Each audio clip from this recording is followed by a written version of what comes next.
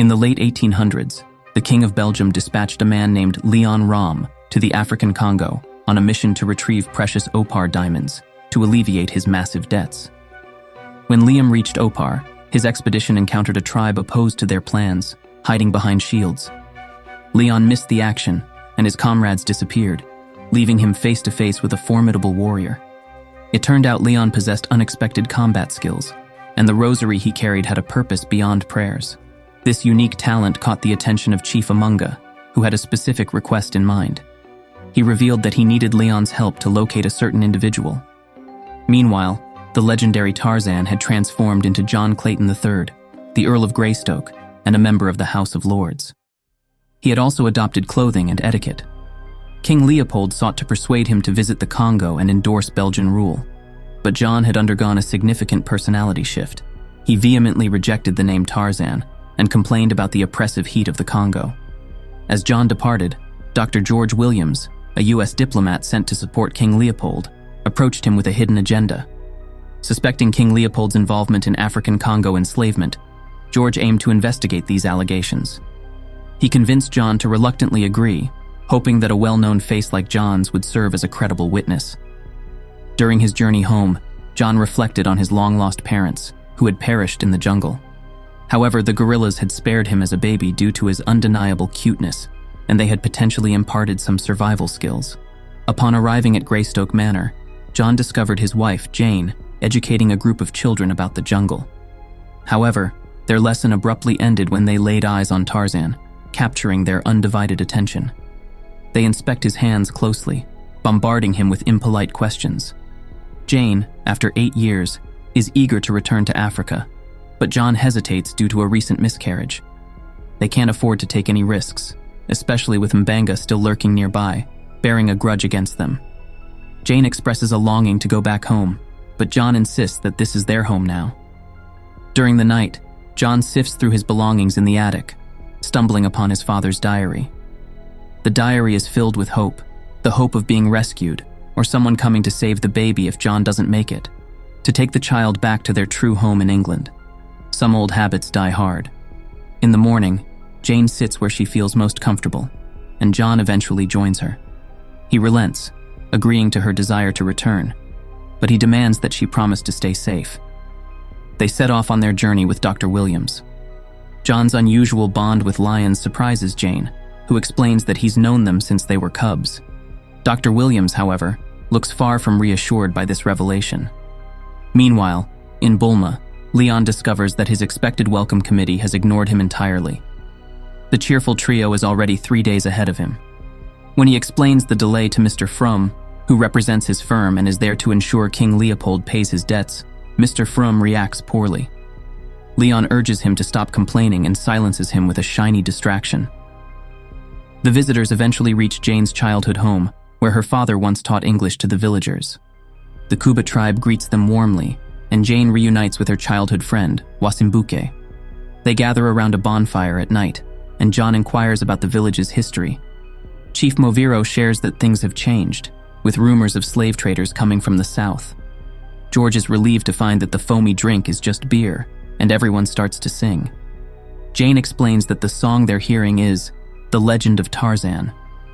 For a long time, Tarzan was believed to be a spectral figure in the trees, capable of battling wild animals. He had an ape mother, Kayla, and his ape brother was Tuk. Tarzan was hunted as a rite of passage by many tribes, making him view other men as adversaries. However, his outlook changed when he encountered Chief Moviro, the first person to show him kindness. Soon after, he met Jane, and their first meeting was rather unusual, as she tried to respect cultural differences while setting some boundaries amidst all the sniffing. Returning to the present day, Leon ROM's men invade the village in the dead of night, and Chief Moviro is urgently summoned to address the situation. Chief Moviro never takes action. It's all a plot against John.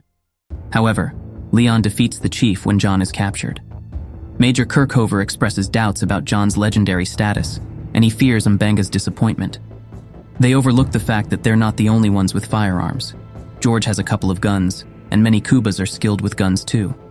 Kirkhover loses control as they fight back, and Leon retreats to his ship. Jane refuses to scream, but Leon believes Tarzan will come to her sooner or later as they set sail.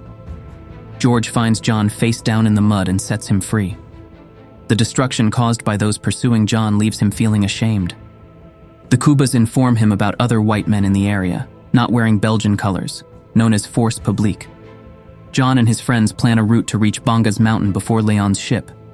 George questions how John knows Leon's destination, but John avoids giving answers, reminding George that this is his fault. Aboard Leon's ship, Jane attempts diplomatic intimidation, mentioning their presence in the Congo by royal invitation. However, Leon reveals he orchestrated it to deliver Jane's husband to his enemy. Jane and George, now witnesses, complicate matters. Jane resorts to mocking Leon's mustache. Meanwhile, George struggles to keep pace with the new group. He asks about their plan to catch a moving train, and John simply answers gravity. George hesitates but eventually takes the leap of faith. However, swinging on vines proves too challenging. Upon finally landing atop the train, George's worst fears are realized as they discover dozens of young Africans in chains. This horrific sight fuels John's anger, making it easier for him to subdue the adversaries. They capture an engineer who initially pretends not to speak English, but quickly changes his stance. The engineer claims to be building a bridge for Leon's army and disavows direct involvement. John and George want to learn more about this army.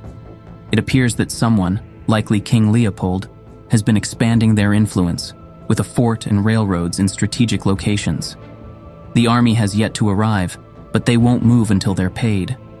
The engineer mentions they're expecting 20,000 mercenaries, and Leon ROM is in charge, expected to be named Governor General soon.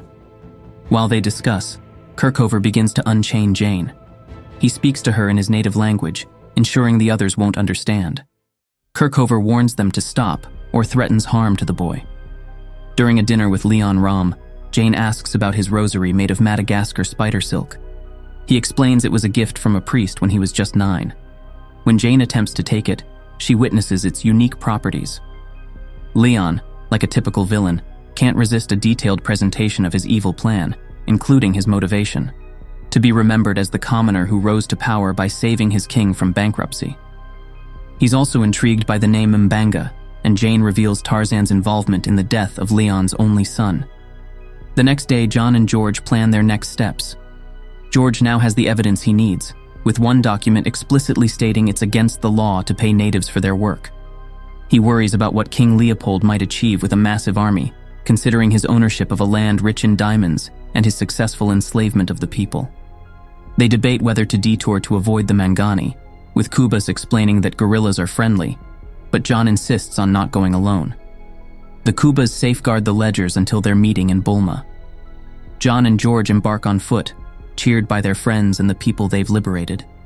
Just as George asks John about his ability to communicate with animals, they encounter a group of ostriches, and one seems to be warning George to stay away. They eventually reach the Mangani, where John explains the plan for his former brother Edcut to come down and fight him as a deserter. George refrains from interfering under any circumstances when the fight begins. It's quite perplexing how he even attempts it. Nonetheless, John advises him to kneel when Cut, his opponent, approaches, and surprisingly, it works. Fortunately, it's not a last one standing kind of duel, and both survive. However, John sustains a nasty bite on his back, and George must use ants to stitch him up, making it all the more unpleasant.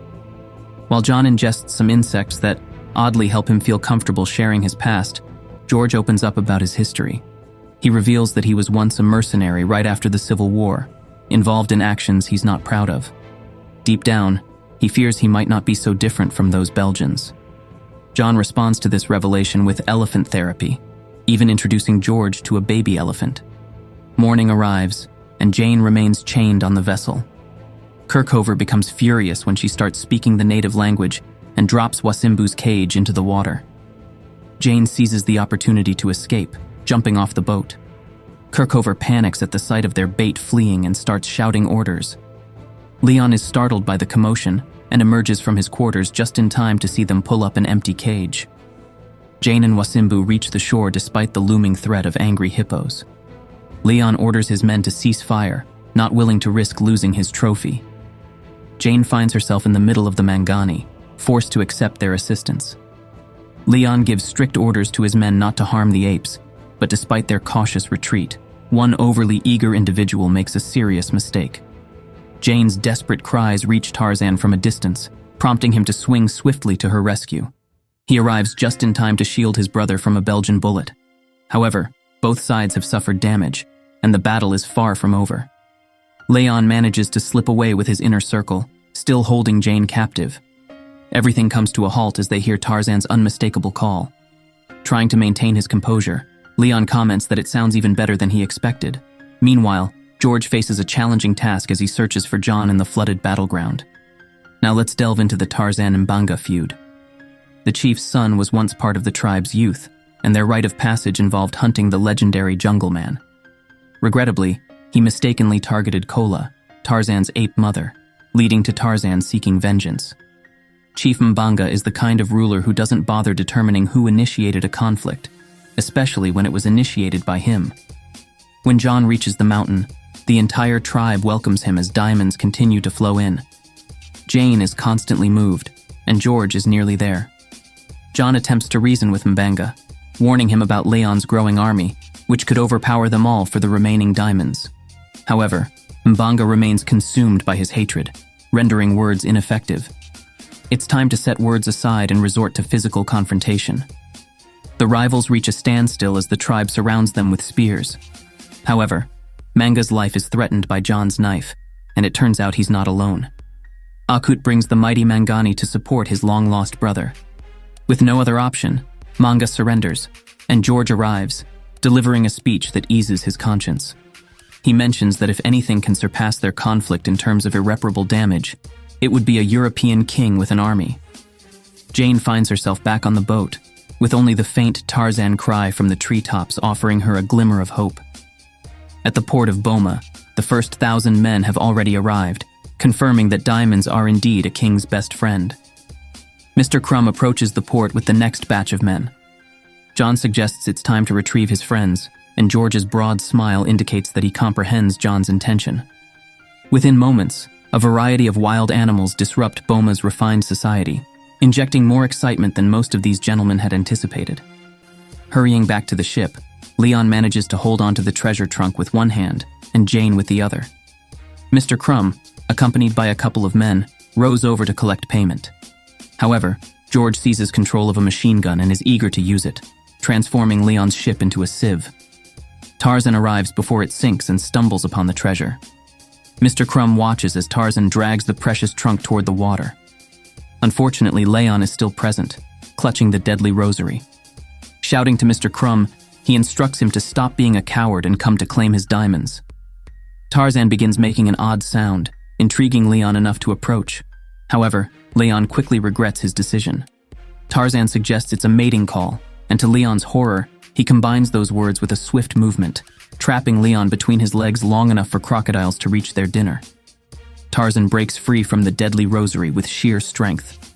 Looking at the thousands of Congolese people celebrating on the hilltops, Mr. Crumb refuses to fight them all for free and orders the ship to turn around. In the midst of this chaos, Jane has been patiently waiting for her man to do his thing. George is thrilled to see them reunited, but he's even more satisfied weeks later when he exposes King Leopold and brings him to justice. And this marks the end of the story.